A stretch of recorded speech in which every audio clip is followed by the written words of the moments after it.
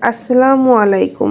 বিয়ের পরে মেয়েদের কেন জানি প্রথম রোজাটা কখনো বাবা মার সাথে কাটানো হয় না, শ্বশুরবাড়ির লোকেদের সাথে স্বামী সন্তানকে নিয়েই প্রথম রোজাটা কাটানো হয়। কিন্তু এবার মনে হয় আমাদের প্রথম ইফতারিটা আপনাদের ভাইয়ের সাথে করা হবে না। ইফতারির সময় হয়ে গেছে আর 5 মিনিট পরে আজান দিবে, কিন্তু আপনাদের ভাইয়া এখনো অফিস থেকে এসে পৌঁছাইতে পারেনি। যাই হোক, চলুন আজকে ইফতারিতে কি কি আয়োজন করেছি সেগুলো আপনাদেরকে দেখাই। আপনারা প্রথমেই তো দেখতে পেরেছেন শরবত। আজকের শরবতটা আমি ইসুপগুলের ভুসির সাথে ট্যাং, লেবু আর ঠান্ডা পানি দিয়ে শরবত বানিয়েছি। আর তার সাথে ছিল বেগুনি, ছোলা আর এই বুন্দিয়া। এই বুন্দিয়াটা কিন্তু আমি বাসায় বানিয়েছি। আমি কিন্তু আজকে ফার্স্ট টাইম বুন্দিয়া বানিয়েছি, এর আগে আমার কখনোই বুন্দিয়া বানানো হয়নি। মাশাআল্লাহ, বুন্দিয়াটা যে এত সুন্দর হয়েছে আমি কখনো ভাবতেই পারিনি যে আমি এত সুন্দর বুন্দিয়া বানাতে পারবো।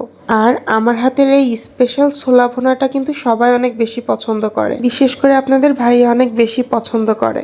তারপর আরো ছিল ধনিয়া পাতার চপ, আলুর চপ আর পেঁয়াজু। এটাকে অবশ্য পেঁয়াজু বলা ঠিক হবে না, এটা ডালের বড়া। রোজা শুরু হওয়ার আগে আমি এই ডালের বড়াগুলো বানিয়ে ডিপ ফ্রিজে সংরক্ষণ করেছি, পরবর্তীতে যে কোনো একটা ভিডিওতে আপনাদের সাথে শেয়ার করব। আমি ভেবেছিলাম প্রথম ইফতারির জন্য যা কিছুই রান্না করি না কেন সবকিছুই আপনাদের সাথে শেয়ার করব।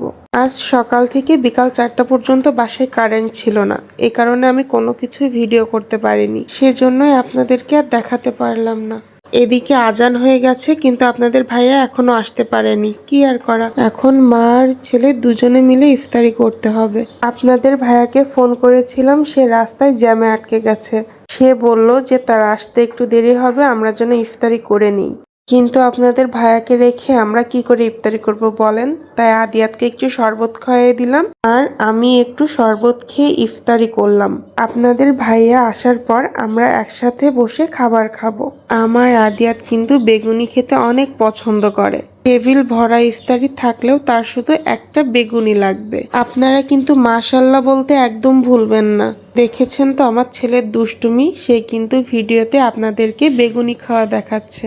আমি তাকে একটা খেজুর খেতে বললাম, কিন্তু সে খেজুর খাবে না, সে শুধুমাত্র বেগুনিই খাবে। আমাদের মা ছেলের অপেক্ষার অবসান ঘটেছে, তার বাবা চলে এসেছে। ছেলে তার বাবাকে পেয়ে মহা খুশি। এখন আমরা সবাই একসাথে ইফতারি করব। আমি একটা কথা সব সময় মানি, জীবনে বেঁচে থাকার জন্য নিজের মানুষদেরকে কাছে পাওয়াটাই বড় ব্যাপার।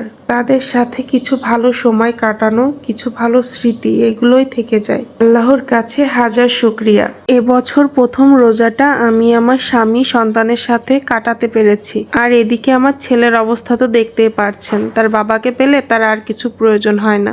আর এদিকে আমার আব্বু আমাদের সাথে ভিডিও কলে কথা বলছে আর ইফতারি করছে। এই দেখেন, এদিকে জামাই আর শ্বশুর তাদের খাবারের মাপ দিচ্ছে যে কাদেরটা বড়, সাথে আমিও একটু দেখিয়ে দিলাম যে আমাদেরটাই বড়।